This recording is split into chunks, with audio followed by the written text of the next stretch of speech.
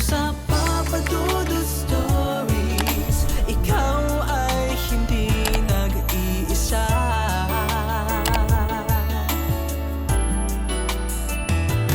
Dito sa Papa Dudut Stories, may nagmamahal sa'yo. Papa Dudut Stories, Papa Dudut Papa Dudut. Sa lahat po ng mga nakatutok ngayon, huwag pong kalimutan mag-like, mag-share at mag-subscribe. Maraming salamat po sa inyong lahat.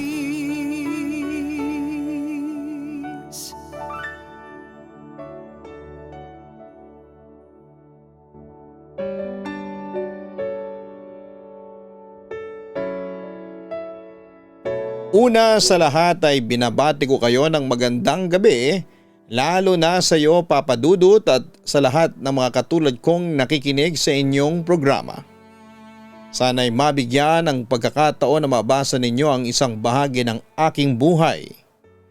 Noong ko pa gustong sumulat sa inyo Papa Dudut dahil madalas kaming nakikinig sa inyong programa sa YouTube at talaga namang humihinto ang mundo namin pag may bago na kayong uploads. Papa Dudut, tawagin niyo na lamang po ako sa pangalang CJ. Isa akong tomboy, tibo o tibs at nakatira dito sa Mexico, Pampanga. Noong kabataan ko ay maloko talaga ako. Hindi ako nakikipagrelasyon sa isang babae lang. Palaging may number 2 and in short ay isa akong lesbian womanizer o babaera. Bakit ako naging ganon, Papa Dudut? Ang paniniwala ko kasi noon ay sa ganitong klase ng relasyon ay walang nagtatagal.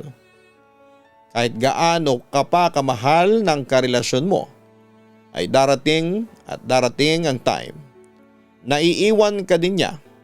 Nagugustuhin niya pa rin na magkaroon ng sarili niyang pamilya at mga anak. Kaya lagi akong may reserba para kahit iwanan nila ako ay hindi ako ganon na masasaktan. Hanggang sa tumungtong ako sa edad na 29. Tinanong ako ng ex ko kung wala daw ba akong balak na humanap ng taong makakasama ko habang buhay. Tumanda na daw ako. Natauhan ako sa pagkakataong yon, kaya pinilit kong magseryoso sa karelasyon ko ng 4 na taon, kaya lang ay nakarma yata ako. Nahuli kong niloloko niya pala ako.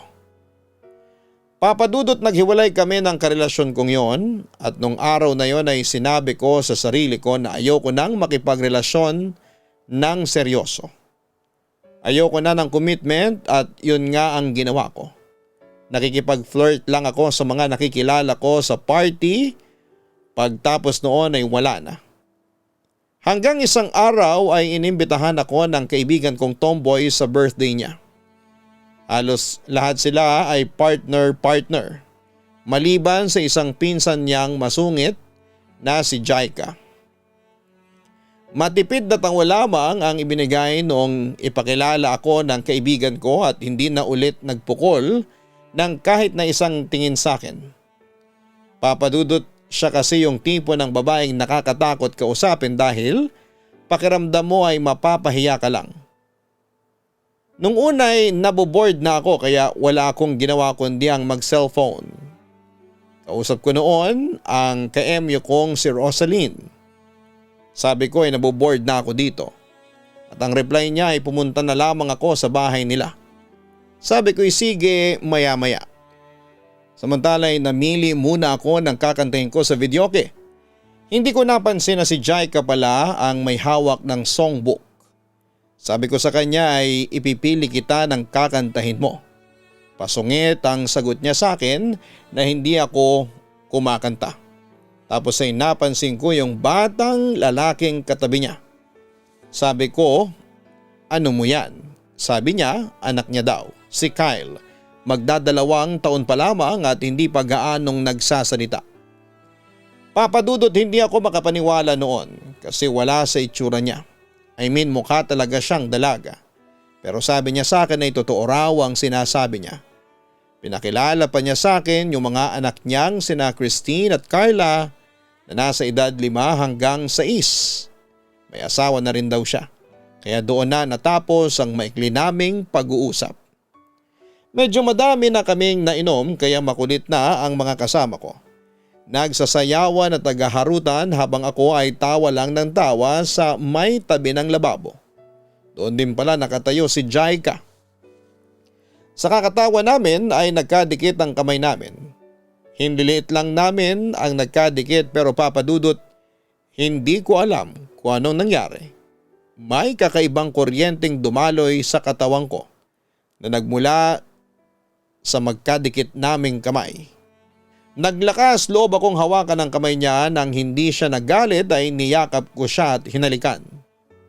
Hindi ko ina-expect na game pala si Jaika na makipaghalikan sa mga tips na tulad ko. Samantala'y nagulat naman ang lahat sa ginawa namin at kami ang naging sentro ng tuksuhan. Pagkatapos noon ay hindi na kami nagkahiwalay ng upuan. Madami siyang naikwento sa akin. Halos buong buhay niya. Nalaman ko na hindi pala siya kasal ng asawa niya. Adik pala ito at madalas maglasing. Dumarating din ang time na nasasaktan siya nito. Marami pa kaming napagkwentuhan. Nakwento ko din ang buhay ko.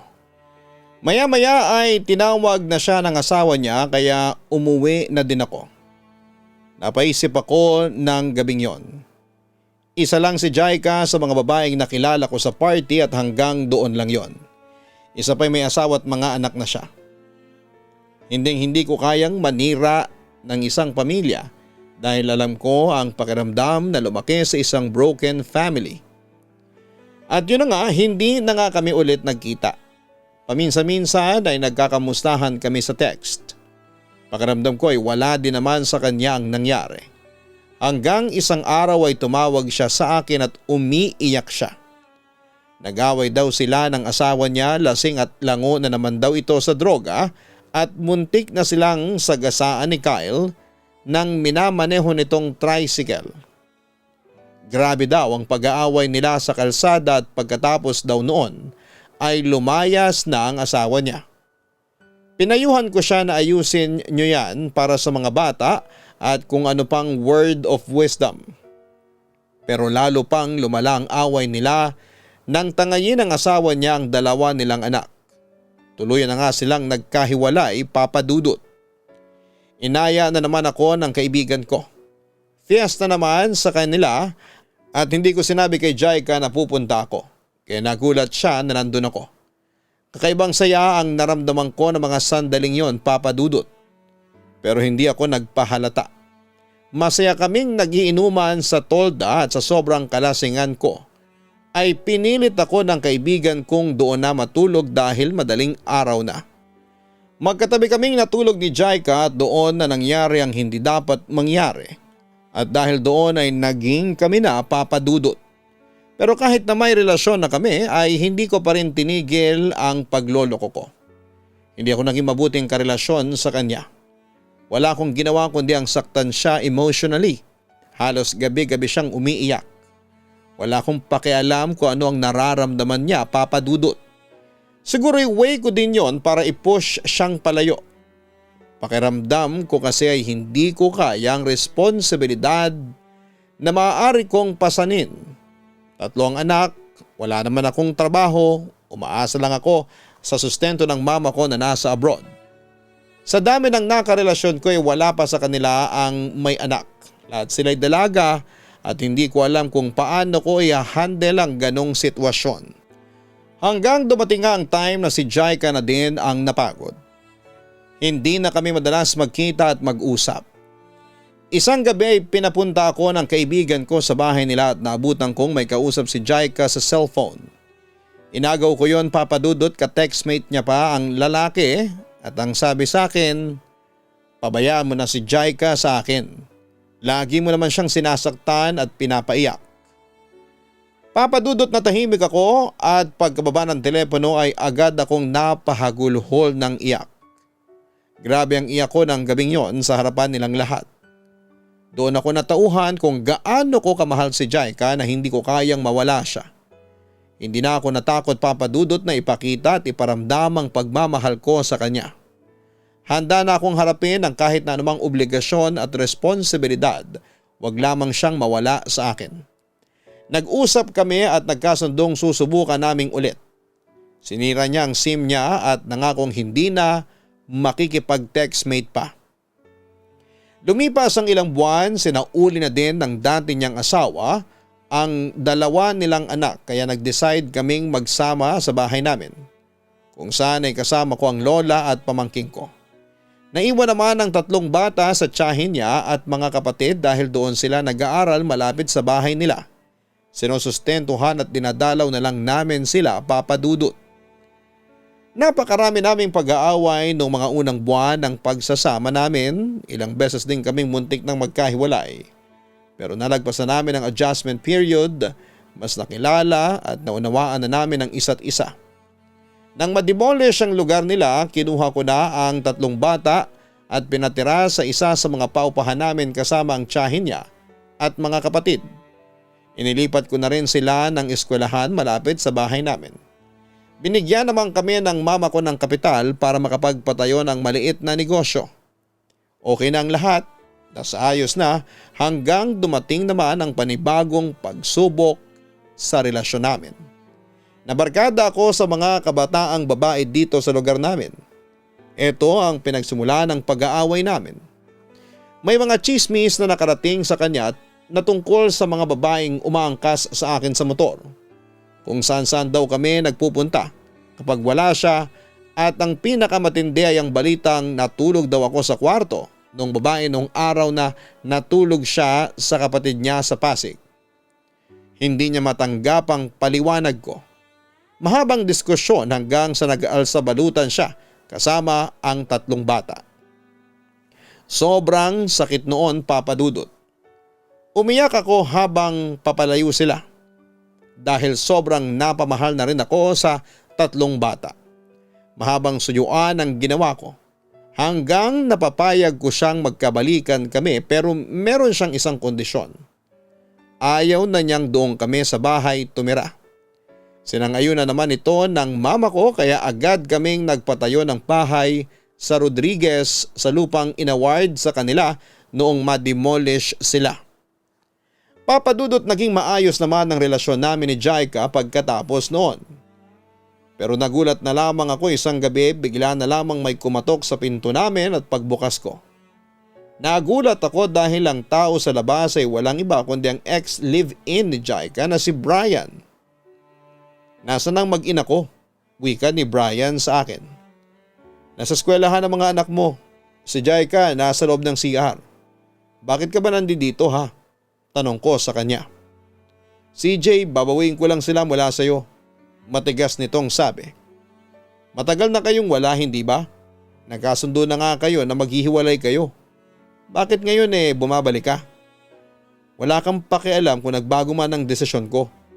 Karapatan kong bawiin ang mag-ina ko. Wika nito habang dinuduro pa ako. Pumalag naman ako. Huwag mo akong duruin sa pamamahay namin ha. At sa palagay mo ibibigay ko pa sa iyo si Jaika? Nagkakamali ka. Hinding-hindi mo na sila makukuha sa akin. Pagmamatigas ko. Nagalit naman si Brian sa akin at balak niya akong saktan pero dumating si Jaika at napigilan niya ang dating asawa. Pero nagmatigas si Jaika na hindi na siya sasama pa ulit sa kanyang ex-partner.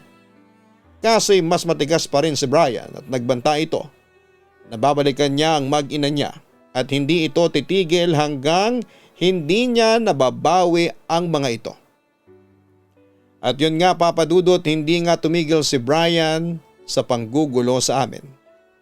Dahil dito'y napilitan kaming bumalik sa bahay ng magulang ko dahil mas ligtas kami doon dahil nasa loob kami ng compound at puro mga kamag-anak ko ang kapitbahay namin. Si Jaika na rin ang may gustong umalis na kami sa Rodriguez kasi kilala daw niya ang ex-partner niya na adik. Natatakot siya na baka may gawin itong masama sa aming lahat kapag hindi pa kami umalis doon. Naging kampante naman kami ni Jaika dahil hindi na kami nakuha pang guluhin ni Brian. Akala ko noon, Papa Dudut, matatapos na ang problema namin, pero nagkamali ako. Ang hindi ko alam, may masama palang balak si Brian sa akin. Isang gabi habang pauwi ako sa bahay namin ay natakot ako nang biglang may humintong van sa harapan ko. At nang bumukas yun ay lumabas ang mga lalaking nakabonet at pilit akong sinasakay sa sasakyan. Pumalag ako noon, pero agad akong sinikmuraan ng isang lalaki. Nang hina ang buong katawan ko at hinayaan ko na lamang silang isakay ako sa loob ng van. At hindi ko na masikmura pa ang mga sumunod na nangyari.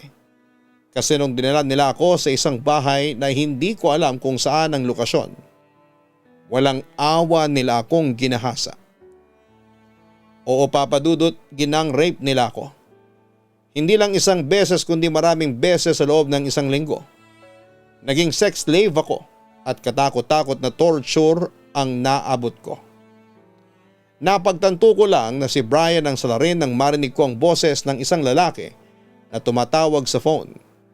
Kahit na hindi ko naririnig ang boses noong nasa kabilang linya. Alam kong si Jaika ang tinatawagan nito at binablockmail niya si Brian na kung hindi siya babalik ay papatayin daw ako ng mga kasama niya. Hanggang sa narinig ko na lamang si Brian na tumatawa at narinig kong sinabi niyang pumayag na si Jaika na makipagbalikan sa kanya. Sa huling araw ko bilang sex slave ay katakot-takot na panggagahas at pangbababoy ang ginawa nila sa akin. Kung ano-anong pinasok na bagay sa maselang bahagi ng katawan ko. Pinaso din nila ako ng sigarilyo sa lahat ng parte ng katawan ko, lalo na sa dibdib ko. Nang mga sandaling yon ay inisip ko na lamang na sana'y mamatay na lamang ako kaysa maranasan ko pa ang pangtutorture na ginagawa nila sa akin. Hanggang sa lumapit sa akin si Brian at sinakal niya ako gamit ang tali. Nagpapalag ako, lumalaban para sa aking buhay. Pero halos tatakasan ako ng kaluluwa noon. Hanggang sa may naisip akong paraan. Nagpatay-patayan ako. Buti naman na tumigil si Brian sa pagsakal sa akin nang mapansin niya na wala na akong malay. Agad nila akong sinilid noon sa isang sako. And the next thing I knew ay naramdaman ko na lamang na inihagis nila ako na parang basura sa lugar na hindi ko alam kung saan. Habang nasa sako ako ay nagdasal ako sa Panginoon na sana'y bigyan pa niya ako ng panibagong buhay na makaligtas ako sa nangyari sa akin. Buti na lamang at pinakinggan niya ang aking panalangin. May mga rumescue sa akin at pagbukas nila ng sako ay nakita nila akong mahina at naluluha. Hanggang sa dinala nila ako noon sa ospital. Papa Dudut, ayon sa mga kamag-anak ko ay naging balita yung nangyari sa akin sa 24 oras dati. At binala kong magsampa ng kaso pero natakot ako nung una kasi hawak ni Brian sina Jaika at mga anak niya. Kapag nagsumbong ako ay siguradong lilintikan ni Brian ang mag-iina niya. Pero Papa Dudut, buti na lamang laking gulat ko nang dumalaw sina Jaika at mga anak niya sa ospital kung saan ako nagpapagaling.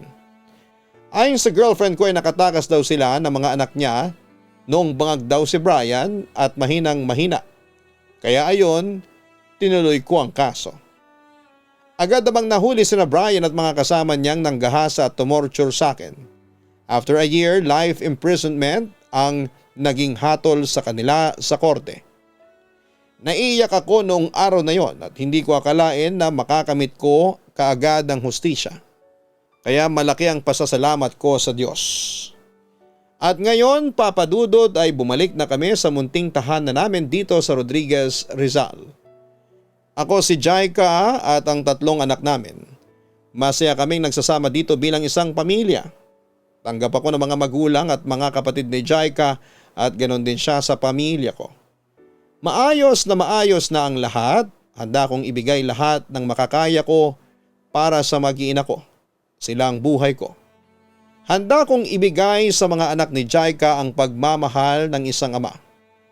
Kahit ganito ako ay hindi naman sa dugo na susukat ang pagiging isang ama. Kung hindi sa pagmamahal na ibinibigay mo bilang isang ama.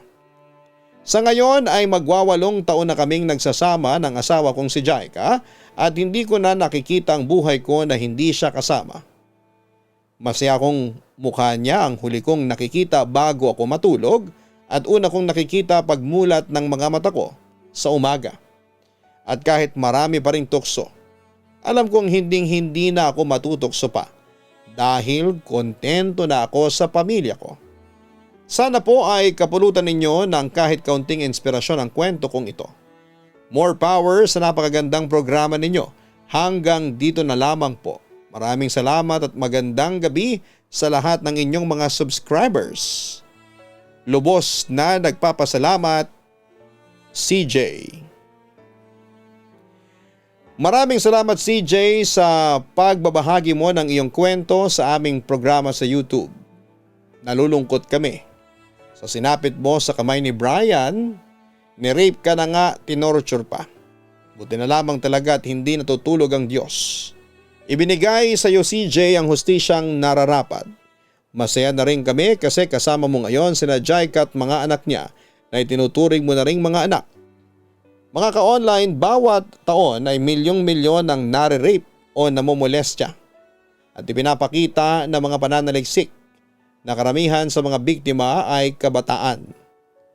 Halimbawa sa Estados Unidos, tinatayang kalahati sa lahat ng biktima ng rape ay wala pang 18. Dahil napakalaganap ng ganitong pang-aabuso ay napakahalagang pag-usapan ng paksang ito. Napakaraming ngayong nangaabuso, mga kapitbahay, kaibigan o maging kapamilya. Pero hindi nabago ang ganitong pambibiktima sa mga bata. Nangyayari na rin ito kahit nung panahon pa ng Biblia. Pero may magagawa ka para maprotektahan ang iyong sarili. Maging alerto. Kapag nasa labas ka ay maging alerto sa mga nangyayari sa paligid. May mga lugar na talagang delikado lalo na kung gabi. Hanggat maaari huwag dumaan sa mga lugar na madilim o kaya siguraduhin may kasama ka. Huwag ding matakot na magsalita, walang masama kung sasabihin mong tumigil ka o alisin mo ang iyong kamay. Huwag kang matakot na iwan ka ng boyfriend mo. Kung makikipag-break siya sa iyo dahil dito ay okay lang.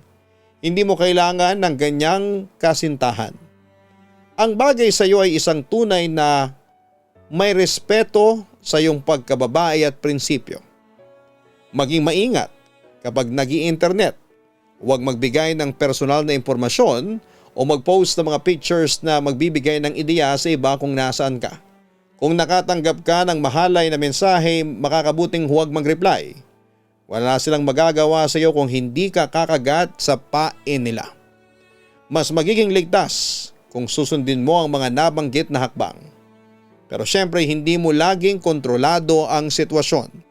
Gaya po ng nangyari kay CJ, maaring napakabilis ng pangyayari at hindi ka nakapanlaban. Kaya sa lahat ng oras ay maging maingat talaga tayo.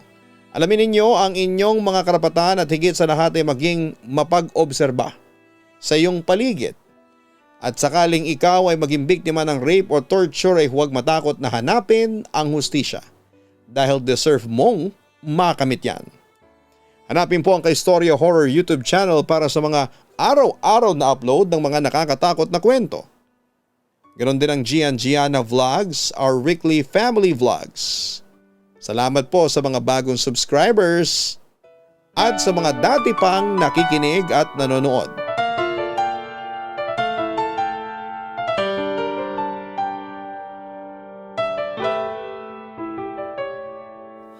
Ang buhay ay mahiwaga, laging may lungkot at saya. Sa Papa Dudut Stories, laging may karamay ka.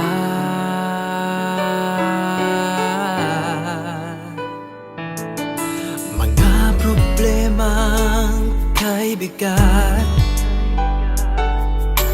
dito ay pakikinggan ka. Sa Papa Dudut Stories, kami ay iyong kasama.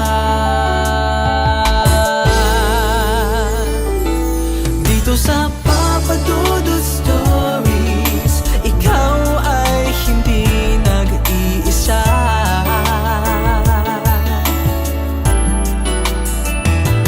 Dito sa Papa Dudut Stories, may nagmamahal sa'yo. Papa Dudut Stories, Papa Dudut Stories,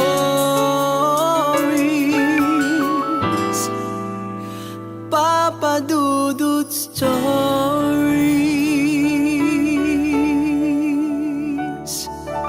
Hello mga ka-online, ako po ang inyong si Papa Dudut. Huwag kalimutan na mag-like, mag-share at mag-subscribe. Pindutin ang notification bell para mas maraming video ang mapanood ninyo. Maraming salamat po sa inyong walang sawang pagtitiwala.